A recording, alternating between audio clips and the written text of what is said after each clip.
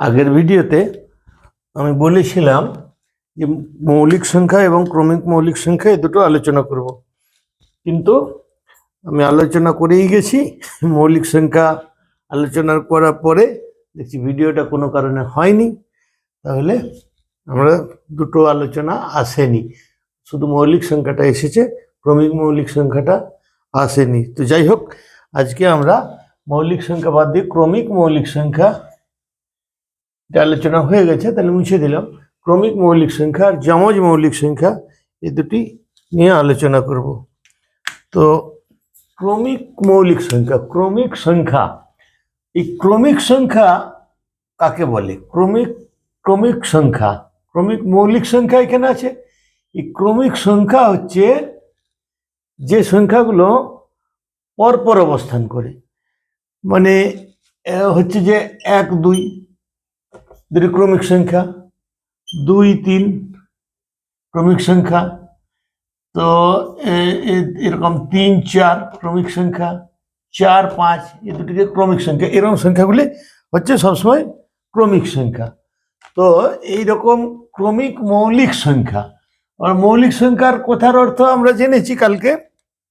তো সেখানে হচ্ছে যে সংখ্যাগুলি দুটি মাত্র ভাজক সংখ্যা থাকে, অন্য কোনো সংখ্যা দ্বারা সেই সংখ্যাটিকে ভাগ করা যায় না, এক এবং সেই সংখ্যা নিজে ছাড়া, ওই দুটিই কেবল তার ভাজক সংখ্যা হয়। তো সেক্ষেত্রে মৌলিক সংখ্যা হতে হবে এবং পরপর অবস্থান করতে হবে। তো সেই পরপর অবস্থান করে সেই রকম সংখ্যা কি আছে না, আমরা এখানে যদি দেখি 2, তো 2 একটি মৌলিক সংখ্যা, আর তারপরে অবস্থান করছে 3, মানে 3, তাহলে 2 আর 3 এই হলো ক্রমিক মৌলিক সংখ্যা। তো এই গেল ক্রমিক মৌলিক সংখ্যার আলোচনা। ক্রমিক মৌলিক সংখ্যাটা আমরা তাহলে বুঝে গেলাম। এরপর আসে সেটি হচ্ছে যমজ মৌলিক সংখ্যা। তো যমজ মৌলিক সংখ্যা আমরা কাদের বলবো? হচ্ছে দুটো সংখ্যাই মৌলিক সংখ্যা হবে। প্রথম শর্ত হচ্ছে যমজ মৌলিক সংখ্যা হতে গেলে দুটি সংখ্যা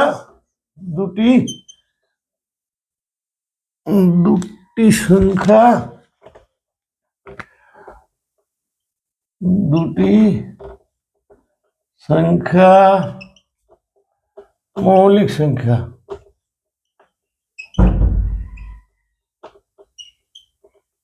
দুটি সংখ্যা মৌলিক সংখ্যা।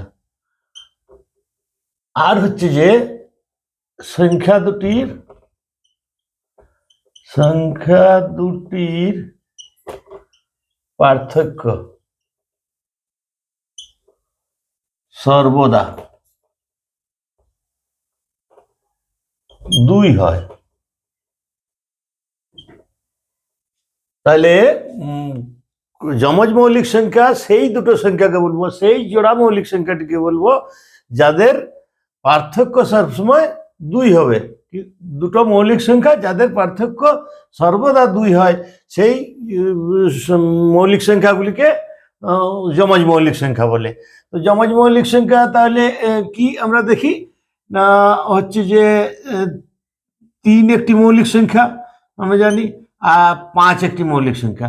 তো এই 3 আর 5, তো 5 আর 3-এর মধ্যে তফাৎ হচ্ছে সর্বদা হচ্ছে যে তফাৎ যেটা হবে 5 থেকে 3 বাদ দিলে 2, তাহলে এটি একটি যমজ মৌলিক সংখ্যা। আবার দেখি হচ্ছে যে 5 আর 7, তো এই 7 থেকে 5 যদি বাদ দিই, 7 থেকে যদি 5 বাদ দিই, 7 থেকে যদি 5 বাদ দিই, তখন আমার এখানে 2 আসছে, তার মানে এদের পার্থক্য হয়ে গেল 2, তাহলে এরাও যমজ মৌলিক সংখ্যা। এবারে আমি আবার দেখি যে হচ্ছে যে 11 13, তো 11 13, এই 13 থেকে যদি 11 বাদ দেওয়া যায়, সেক্ষেত্রে এদের তফাৎ হচ্ছে 2, তাহলে এগুলি হচ্ছে যমজ মৌলিক সংখ্যার উদাহরণ। তাহলে এই যমজ মৌলিক সংখ্যার উদাহরণ হলো দুটি সংখ্যাই মৌলিক সংখ্যা হবে, এখানে কোনো যৌগিক সংখ্যা স্থান থাকবে না, আর হচ্ছে যে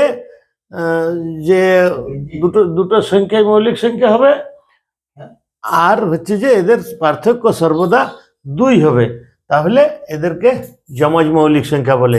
এই পরস্পর মৌলিক সংখ্যাটি আমি পরের ভিডিওতে দিচ্ছি।